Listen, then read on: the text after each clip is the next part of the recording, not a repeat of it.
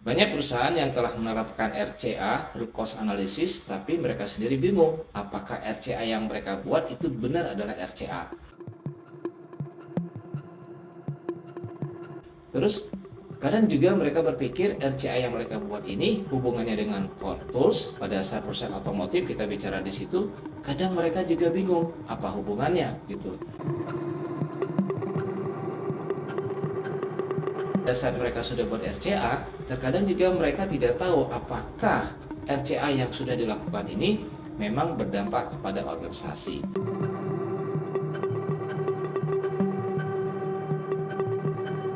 Dan pada akhirnya mereka hanya sebagai pemadam kebakaran.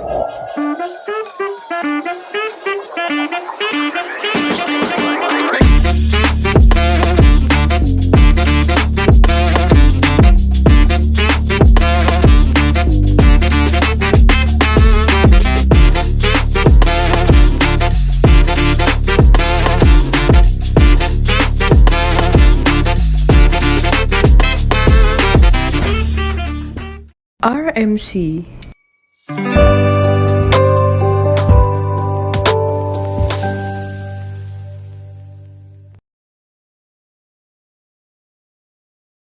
Sebelum kalian menonton video ini, silahkan klik tombol like, subscribe, share, dan komen di video ini. Enjoy!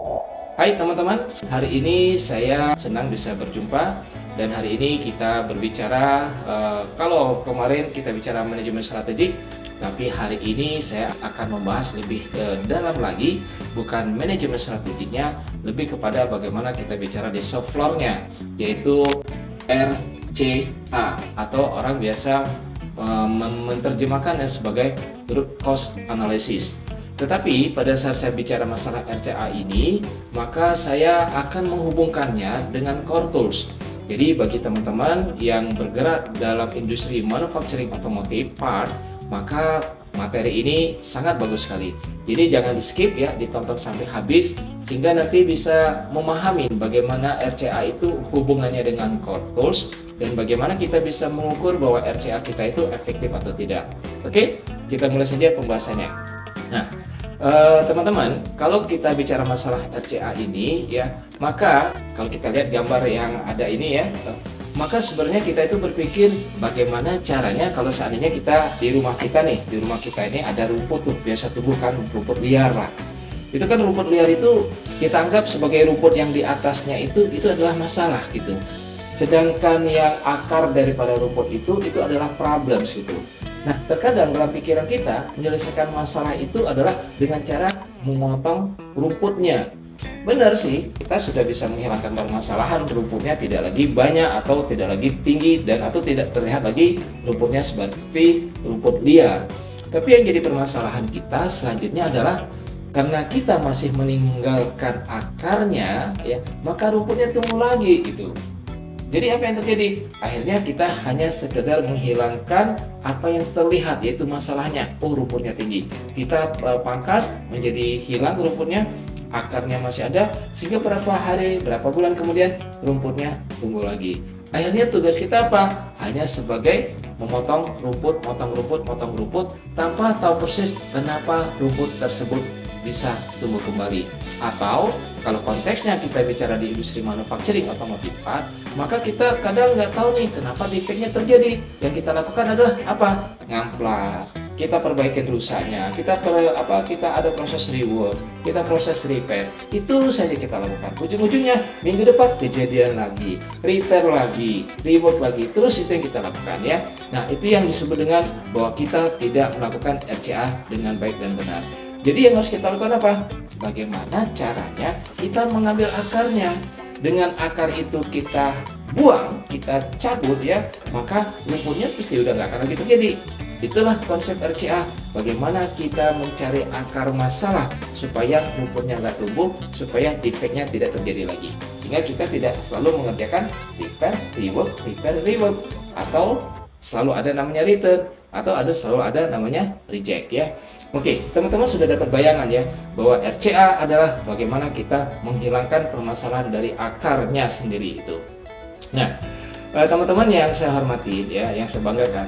Jadi bayangkan sajalah kalau suatu pohon ya itu adalah simptom yang kita lihat, ada gejala symptoms ya, maka yang di bawah itu root cause itulah bagaimana dia melihat akarnya, apa saja tuh yang ada di bawah, cause-nya tuh apa saja yang menyebabkan timbulnya simptom tersebut.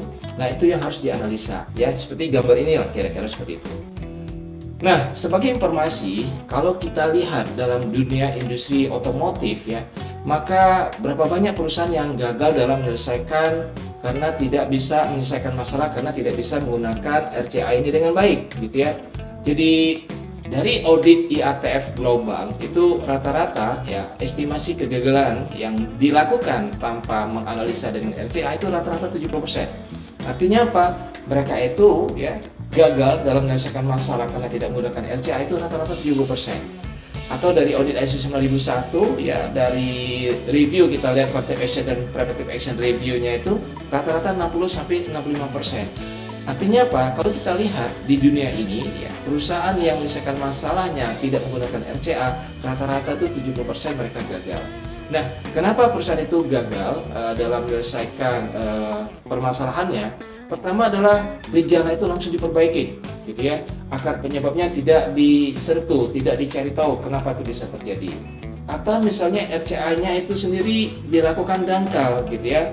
Jadi tahu-tahu pokoknya kita lihat aja, ini masalahnya defect, udahlah pokoknya diperbaikin, hilangkan saja defectnya, tapi tanpa memikirkan kenapa timbulnya defect. Atau yang ketiga misalnya tidak ada integrasi ya dengan core tools.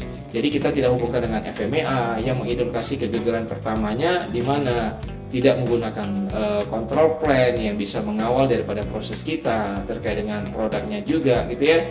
Atau juga misalnya kita tidak menggunakan SPC yang bisa melihat tren daripada proses kita, gitu. Nah, apalagi yang menyebabkan kadang mereka gagal, yaitu tidak ada namanya verification of effectiveness, ya, verification of effectiveness. Ini sangat penting sekali.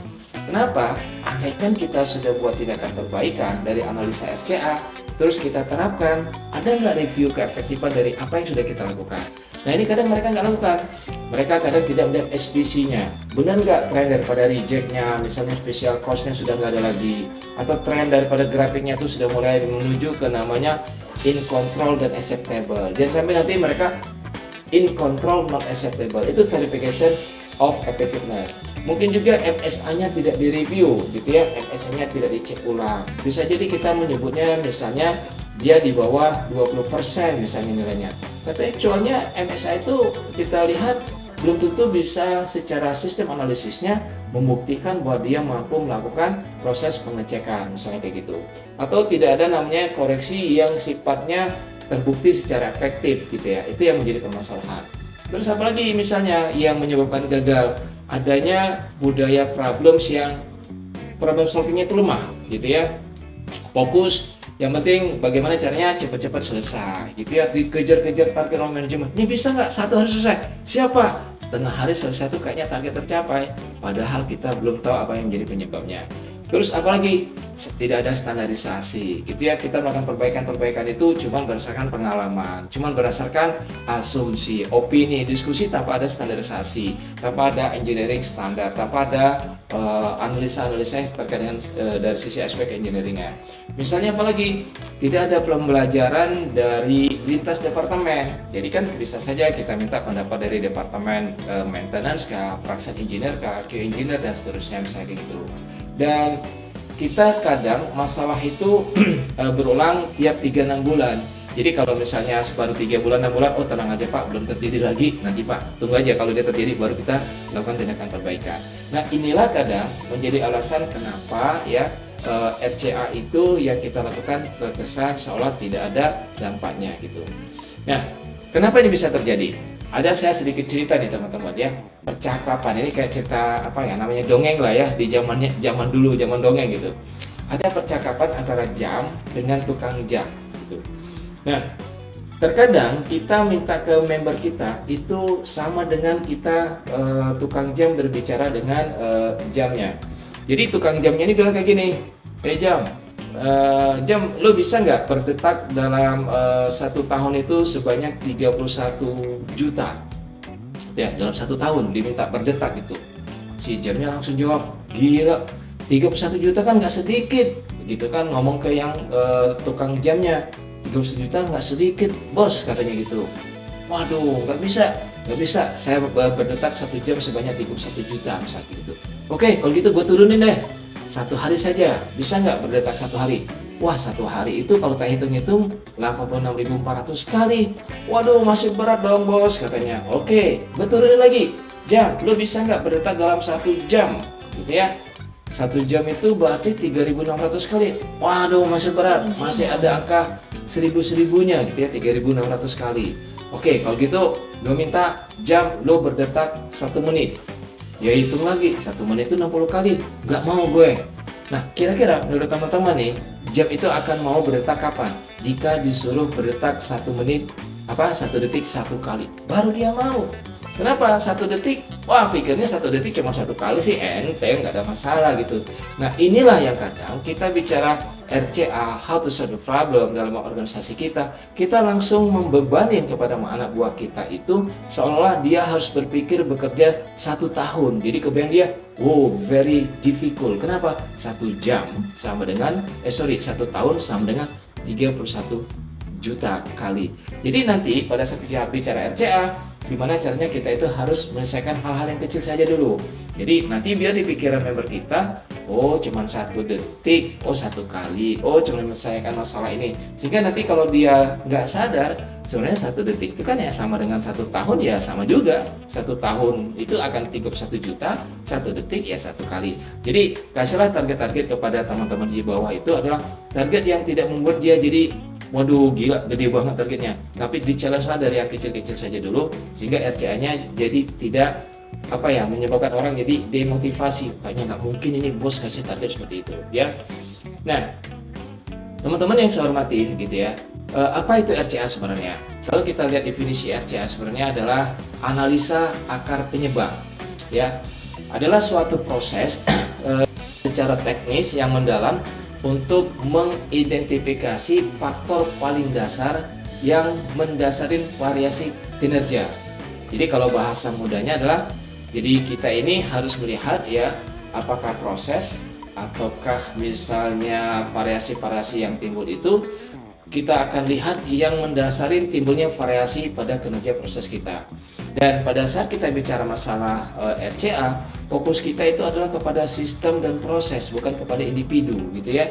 Jadi kalau kita fokusnya kepada individu, itu salah besar. Jadi fokusnya RCA adalah bagaimana kita bisa fokus kepada sistem atau proses. Jadi orang tuh harusnya benar ya, tidak ada namanya kita menjudgment orang itu salah dalam kita melakukan RCA. Nah, oleh karena itu teman-teman, di sini coba lihat gambar ini ya. Di sini saya coba tampilkan, kalau di saya itu suka mengenal istilahnya 5M 1E 1I. Man, manusia, mesin, material, metode ya, terus ada measurement, sistem pengukuran, lingkungan, dan ada information system.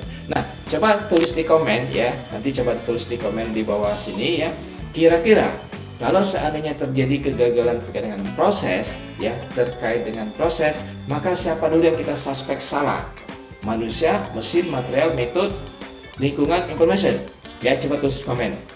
Atau andaikan ada kegagalan dari sistem ya, sistem nggak berjalan, maka siapa dulu yang kita suspek itu salah gitu ya. Nah, tulis di komen di bawah ini, nanti kita diskusi di situ ya. Di sini biasanya banyak orang kurang tepat tuh, pokoknya kalau gagal proses ini yang langsung ditembak, gagal sistem ini yang ditembak. Oke ya teman-teman ya, coba tulis di komen, nanti kita coba bahas itu. Oke. Nah, RCA dan problem solving ini sebenarnya suatu hal yang saling berhubungan gitu ya. Kenapa? Kalau RCA ini adalah bagian daripada problem solving gitu. Jadi kedua-duanya ini saling terkait, di mana ya kedua konsepnya ini memang secaranya berbeda, tapi RCA itu adalah bagian daripada problem solving, bukan keseluruhan daripada prosesnya gitu. Jadi RCA ini adalah metode atau teknik untuk menemukan akar penyebab terdalam dari suatu masalah, bukan hanya gejala ya atau penyebab permukaan. Fokusnya adalah mengapa masalah ini terjadi, apa penyebab paling mendasari gitu. Dan RCA ini adalah alat analisa gitu ya, bukan rangkaian tindakan lengkap. Jadi dia lebih kepada analisa, makanya RCA itu singkatan dari root cause analysis. Sedangkan problem solving, kalau teman-teman pengen membedakannya, problem solving itu adalah proses sistematik lengkap untuk memecahkan masalah. Mulai dari bagaimana mengidentifikasi masalah, menganalisa akar masalah, menganalisa akar penyebab, berarti itu ada RCA, terus membuat tindakan korektif, bagaimana dia mengimplementasikan, terus bagaimana dia nanti memverifikasi keefektifan dan bagaimana mencegah supaya itu tidak terjadi kembali gitu. Maka nanti ya salah satu tools dalam problem solving itu ada yang disebut dengan 8D atau 8 disciplines ya. Ada PDCA, plan, do, check, dan act, ada A3 report. Kira-kira seperti itu. Nah, jadi RCA ini ibaratnya adalah bagaimana kita mengidentifikasi sumber api dalam kebakaran, gitu ya. Apakah karena korsleting, apakah karena tabung gas, ataukah puntung rokok. Sedangkan kalau kita bicara problem solving adalah memadamkan api, memperbaiki kerusakan, dan membuat sistem agar kebakaran tidak terjadi lagi. Artinya apa? Kalau tadi misalnya kita bicara korsleting, tabung gas, ataupun puntung rokok, maka pada saat kita bicara problem solving, berarti kita bicara bagaimana kita memastikan dengan cara install smoke detector misalnya, atau standarisasi kabel, atau latihan evakuasi. Jadi RCA ini hanya menjawab apa penyebabnya, sedangkan problem solving menjawab bagaimana mencegah ini tidak terjadi lagi. Jadi cukup jelas ya perbedaan antara RCA dan problem solving gitu. Dan teman-teman juga bisa lihat dalam slide ini mengapa RCA itu penting dalam industri otomotif ya, khususnya terkait dengan standar IATF 19949. Jadi di sini bisa dibaca ya, pertama IATF itu bukanlah sekedar standar dokumen. Dia adalah sistem berpikir, mindset, pencegahan risiko yang dirancang agar perusahaan bisa mampu untuk mencegah masalah sebelum terjadi, bukan hanya misalnya memperbaiki ya ketika sudah terlanjur muncul permasalahan. Terus apalagi bagaimana dia bisa mengidentifikasi akar penyebab bukan hanya gejala, dan bagaimana dia bisa menyatukan core tools itu dalam satu pendekatan yang holistik. Dan yang terakhir adalah bagaimana dia bisa menjamin konsistensi kualitas di seluruh rantai supply chain management kita gitu. Nah, dengan kata lain bahwa IATF itu mendorong perusahaan untuk selalu bertanya, apakah kita ini benar-benar sudah memahami penyebab terjadinya masalah, dan apakah tindakan kita mampu mencegah terulang kembali. Nah, pertanyaan inilah yang disebut dengan pertanyaan inti daripada root cause analysis, gitu ya. Nah, nanti kalau teman-teman hubungkan RCA ini dengan IATF, itu nanti teman-teman bisa lihat di clause 61 ya, action to address risk and opportunity ya. Bisa juga dilihat di clause 10.2 yaitu non conformity dan corrective action gitu. Nanti bisa dilihat lah di sana ya. Nah, mengapa RCA ini menjadi lebih penting dalam industri otomotif? Pertama ya, industri otomotif itu tekanan terkait dengan kualitas itu cukup tinggi di dunia ini ya. Defect kecil itu bisa menciptakan kerusakan sistem yang besar ya. Kalau kita bicara di otomotif ada combustion engine, ada misalnya pasir silikanya di manifoldnya ada, itu kan bisa rontok tuh sistem pembakarannya misalnya kayak gitu ya. Nah, terus kesalahan proses yang dapat menyebabkan misalnya keselamatan konsumen. Jadi kalau kita bicara masalah product safety ya, ada kegagalan dari sisi proses misalnya welding dan sebagainya, sehingga nanti orang itu jadi bahaya misalnya kayak gitu. Ataupun misalnya kesalahan komponen yang dapat menghentikan seluruh lini produksi OEM misalnya kayak gitu. Jadi salah pasang komponen nih, komponennya nggak sesuai sehingga kita harus stop line proses produksi gitu. Makanya RCA ini sangat penting gitu.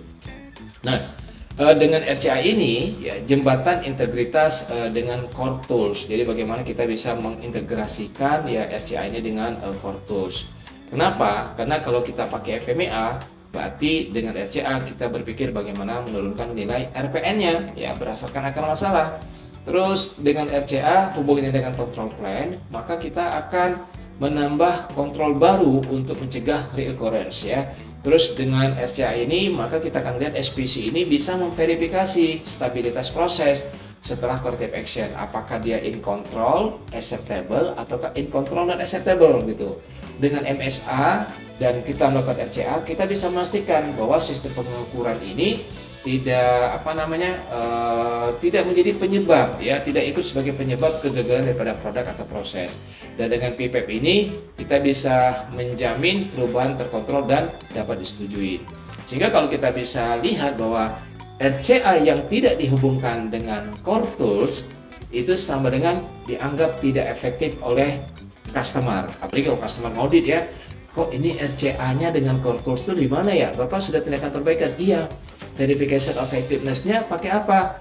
Oh, kita Pak selama nggak ada customer complaint nggak ada masalah. Berarti kan nggak ada core tools yang digunakan. Padahal kan kita bisa menggunakan yang namanya SVC, Statistical Process Control di situ, ya. Nah, jadi kira-kira seperti itu hubungan antara IATF dengan core tools gitu.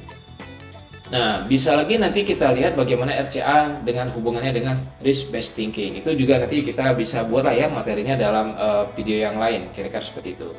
Maka syarat bagaimana kita bisa melakukan RCA yang berdampak kepada kinerja, maka teman-teman harus menguasai dan paham persis bagaimana penerapan dari core tools, ya. Bagaimana nanti kita bicara masalah terkait dengan yang disebut RCA, root cause analysis excellent in problem solving. Ya, bagaimana kita bisa bicara misalnya penerapan APQP, PPAP, SPC, FMEA, control plan, dan MSA gitu. Itu harus dikuasai. Kalau itu nggak dikuasain, RCA-nya biasanya ya selesai di atas meja aja. Udah selesai nih RCA-nya, udah bagus nih gini-gini, no impact gitu. Nah, mungkin teman-teman ada yang bertanya nih, kira-kira Pak Herman, kalau pada saat kita akan melaksanakan RCA ini, apakah semuanya memang harus pakai RCA? Nah, perlu nih dijawab dengan benar. Jadi kapan kita membutuhkan RCA, maka kita akan lihat dari impact dan frekuensi. Jadi teman-teman bisa lihat gambar ini, ya. Jadi kalau seandainya dia itu bicaranya dampaknya levelnya observation, artinya dampaknya rendah tuh. Jadi misalnya preventive action, RCA needed-nya cuman preventive action. Jadi dokumen yang terkait ya tidak wajib kecuali risk register. Artinya apa? Kita cuma bicara di FMEA. Kalau dia kategorinya minor, ya masalah kecil, sistem masih bisa berjalan. Jadi mungkin kita bisa buat RCA yang ringkas pakai 5W, ya 5Y misalnya kayak gitu. Nanti yang kita akan review control plan atau WI yang terkait. Tapi kalau dia major, ya major itu artinya apa? Masalah besar, berisiko tinggi, maka kita harus buat RCA lengkap, ya. Harus pakai 8D, harus pakai PISPOR, pakai 5W, dan perlu pakai FTA di situ. Maka nanti dokumen yang terkait apa? Kita pastikan FMEA-nya sudah update atau belum, kontrol plan-nya diupdate atau tidak, SPC, MSA, PPAP, jika relevan itu maka harus direview. Jadi kita lihat nih, kalau dia masuk kategori major, maka itu dia mandatory. Kalau dia masuk kategori minor, ya itu recommended atau optional gitu ya. Tapi kalau dia masuknya ya observation, not required untuk melakukan RCA secara lengkap. Ya, kira-kira seperti itu. Nah, ada berapa tipe RCA, ya? Nanti bisa teman-teman lihat dalam slide yang saya tampilkan ini. Ada RCA berbasis keselamatan, ya bisa dibaca di sini.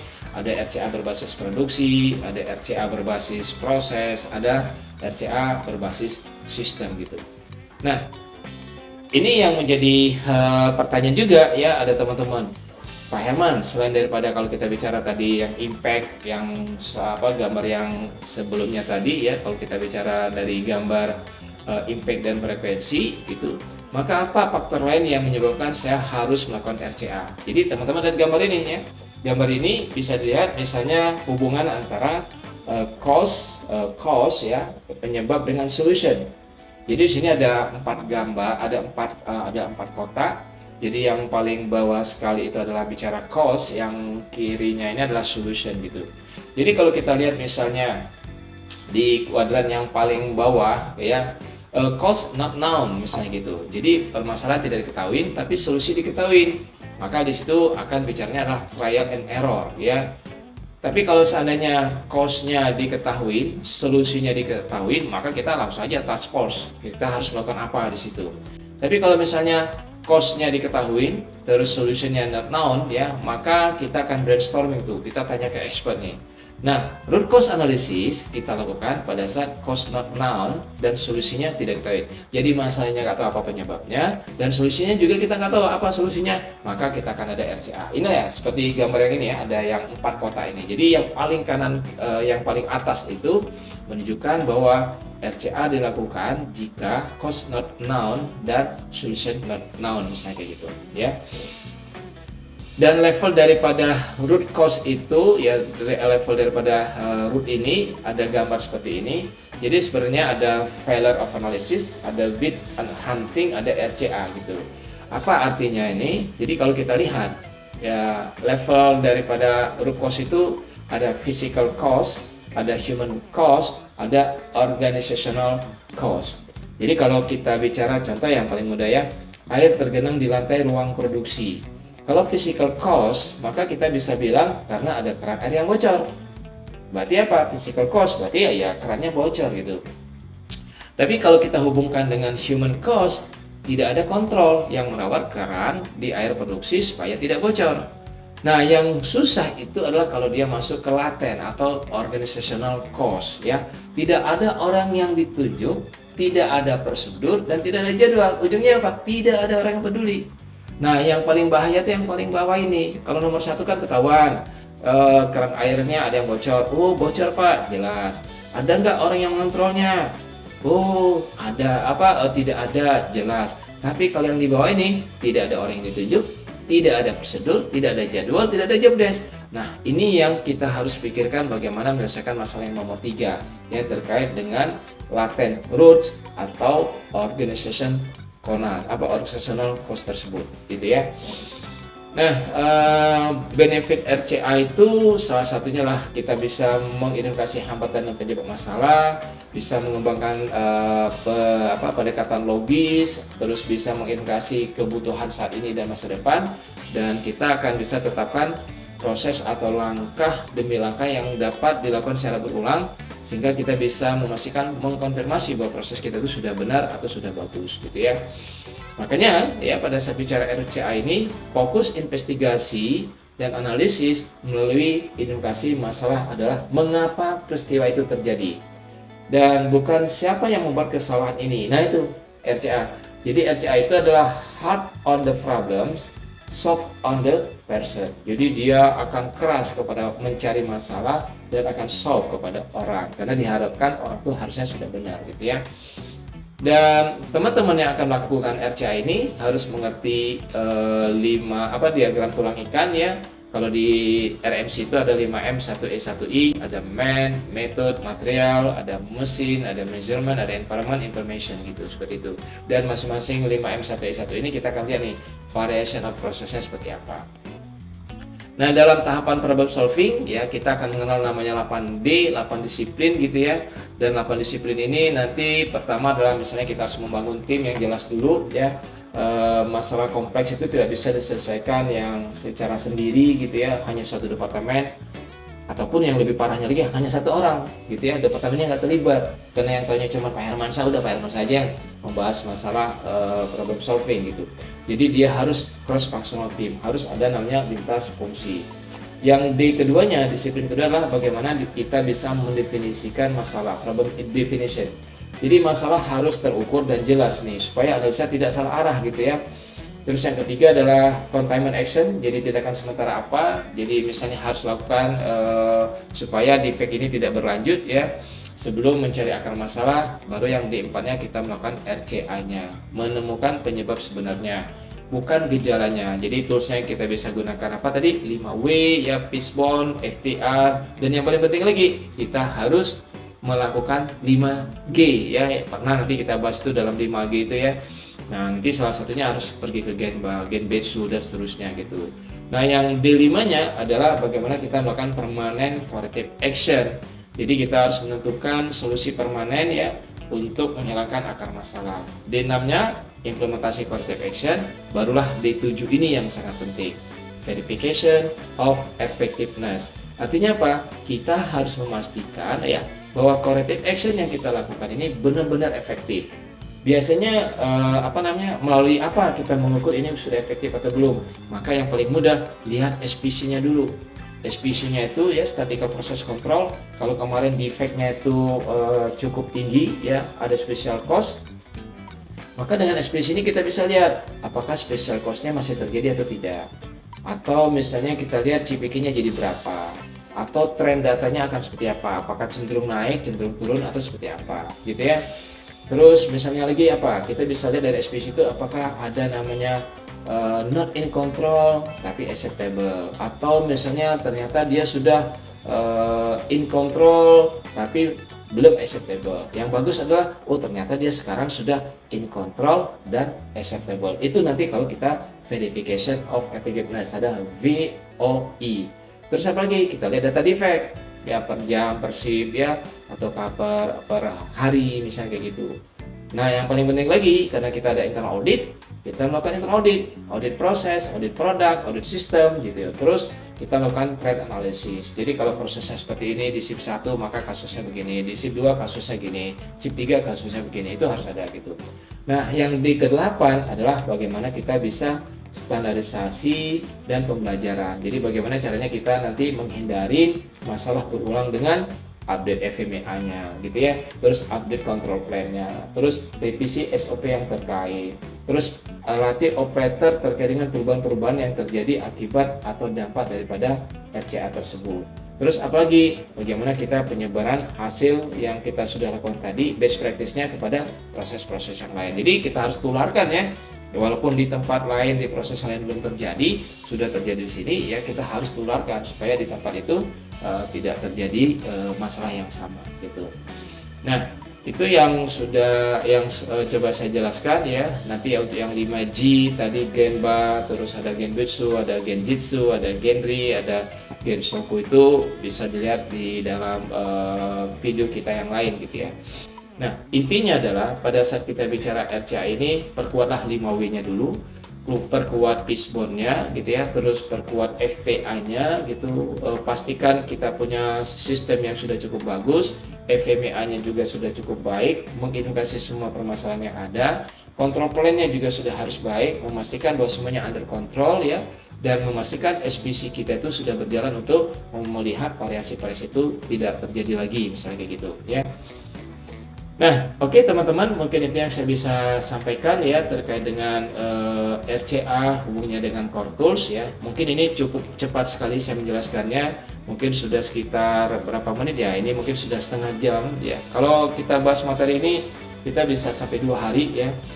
Sampai kita bisa workshopkan bagaimana membuat YY analysis, bagaimana kita bicara masalah fishbone, bagaimana kita bicara FTA. Terus nanti bagaimana kita menerapkan 8D-nya, bagaimana kita bisa melakukan Genba-nya, bagaimana kita bisa memastikan VOE-nya, itu bisa kita lakukan gitu. Sehingga nanti dari situ kita bisa memastikan bahwa RCA yang kita terapkan ini adalah benar gitu. Nah, cuman gambaran kepada teman-teman pada saat nanti membuat bagaimana RCA-nya bisa menjadi suatu budaya, sebenarnya bisa. Ada sekitar 6 bulan ya, itu bisa kita laksanakan di suatu perusahaan. Kita coba buat nih roadmap budaya RCA dalam 6 bulan. Jadi nanti kalau kita bicara di bulan pertama ya, jadi nanti teman-teman harus awareness dulu nih bagaimana ngerubah mindset kita ya, mengembangkan kesadaran pentingnya RCA. Jadi seluruh operator itu di training gitu ya. Misalnya kita sosialisasi RCA dan Core Tools, training terkait dengan apa namanya dasar-dasar 5W dan fishbone. Terus bagaimana kita mengidentifikasi chronic problems, terus penentuan KPI penentuan KPI RCA dan seterusnya kayak gitu. Nah, di bulan kedua nanti kita coba buat standarisasi metode. Jadi bagaimana kita menyamakan teknik RCA di seluruh departemen kita. Di dalam organisasi kita tuh konsep RCA-nya sama. Berarti nanti kita mentrainingkan FTA 8D gitu ya. Terus nanti penerapan template RCA yang sesuai dengan perusahaan kita. Terus nanti kita sudah mulai workshop dengan kasus yang nyata gitu. Di bulan ketiganya apa? Baru kita nanti sudah terbiasa dengan RCA, diintegrasikan dengan Core Tools gitu ya, menghubungkan RCA dengan FMEA atau FMEA dengan RCA dengan control plan misalnya kayak gitu. Nanti bagaimana nanti kita bisa melihat verification of effectiveness-nya itu di SPC, terus melihat juga di MSA-nya. Nah, yang bulan keempatnya apa? Jadi kita sudah mulai implementasi dan evaluasi. Jadi RCA-nya sudah menjadi suatu hal yang rutin atau belum gitu. Bulan kelima baru kita internalisasi atau pembudayaan. Jadi membuat RCA itu menjadi suatu kebiasaan gitu ya. Jadi RCA di daily meeting. Jadi daily meeting misalnya kita pagi-pagi itu ada namanya apa? 5 minute talks tuh, bahas dulu RCA-nya gitu ya, secara singkat gitu. Terus ada leader memimpin RCA meetingnya itu, RCA mandiri itu seperti apa.